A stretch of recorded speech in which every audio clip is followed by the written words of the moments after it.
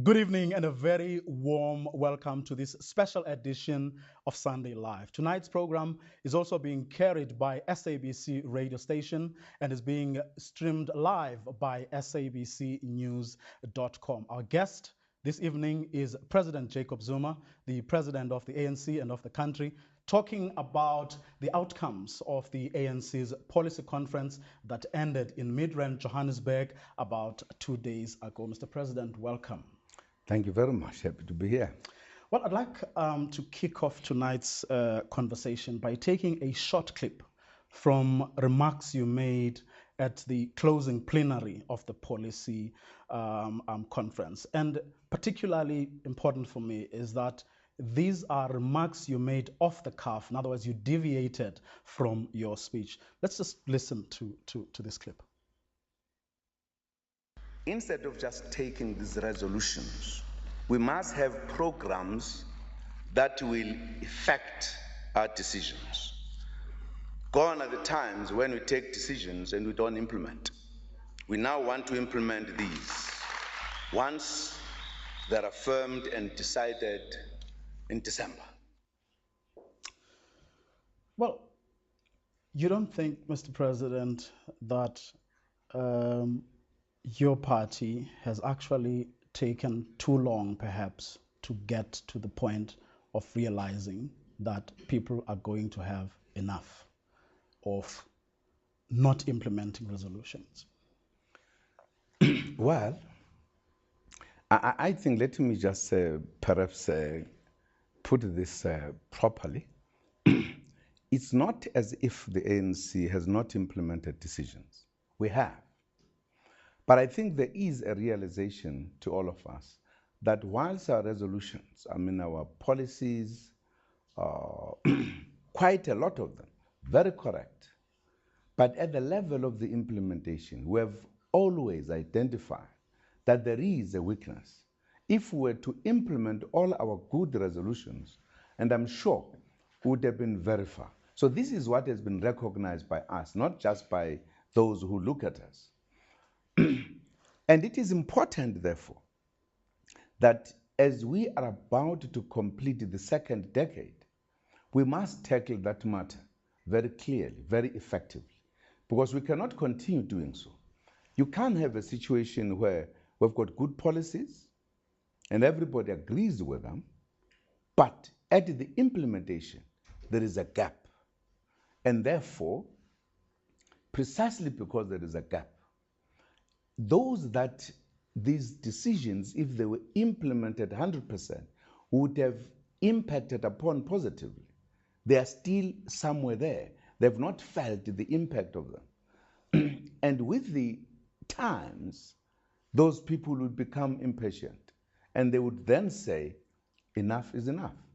Well, isn't that then what explains the fact that you have your own allies, you have people who are sympathetic to the ANC being the ones who are agitating for change? For example, it is COSATU that is speaking out very strongly against corruption, even getting into getting allies in the form of business organizations, in the form of other NGOs. It is also people like Section 27 who are taking the issue of textbooks in Limpopo to court to force the ANC government to actually deliver on things that it is supposed to deliver on in any event. Partly yes. Partly yes.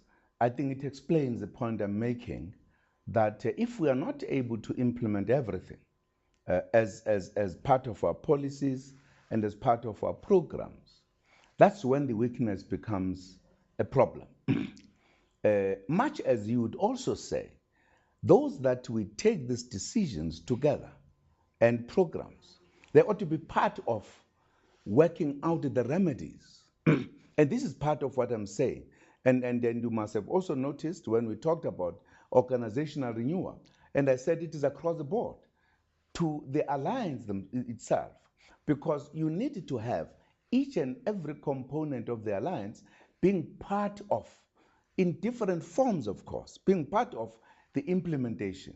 the identification of the weaknesses as quickly as possible so that we are able to move forward. I think partly it talks to that, but partly it talks to our weakness generally as the alliance, that if we're part of the resolutions, we need to be part of the programs of implementation. If that is not the case, it is our general weakness that we have, which we must remedy.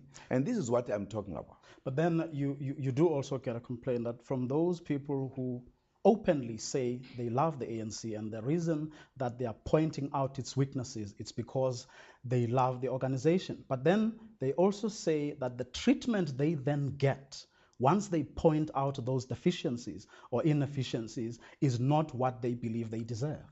Partly that could be the case, because once that happens, if, for an example, it is the alliance that is becoming very critical, those that in the ANC say, but we are together, why can't we discuss these things differently? So they react in a particular way. These are part of the areas I believe need to be corrected. How do we handle each other? Because you can't say, if, for an example, our alliance partners are more vocal, and they might honestly believe for us to be able to see our organization doing things, we need to be vocal. Because they might not know what are the difficulties.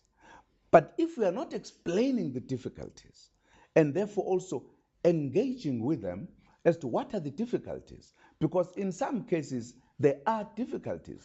Governments in general, it will turn very slowly. It's a generalized kind of thing. That is why I have been saying we need in government to do things differently. Because if we do things the same way, there will be no difference. It's slow in taking decisions. It's slow in implementing. There are a lot of regulations that we've got to take into account, etc. Those are matters we need to look at jointly. But then, Mr. President, the question then becomes, certain things don't really need to be explained, but action needs to be taken about them. The question one would ask is, where were the ANC people who want to explain things when alliance partners are not satisfied? Where were they in Limpopo, for example, when textbooks did not arrive there? But that's part of the matters we are looking at. Because we are saying, for an example, the branches of the ANC must be part of the machinery of the ANC that helps to support the government machineries. You can't, what we are saying, you cannot have a situation going forward of ANC branches sitting in a province like in Limpopo, knowing that things are not happening and doing nothing about it. And then when they are criticized, they then react that, why are you criticizing us? But why are they sitting? So these are matters we needed to streamline, to say what are the tasks of branch members as individuals in the area where they are, but as a collective, on the matters that affect the life of the country, the life and conditions of the society. In other words, when the ANC says, here is the State of the Nation address, it's government, or the ANC in January 8th, these are the programs we're going to follow.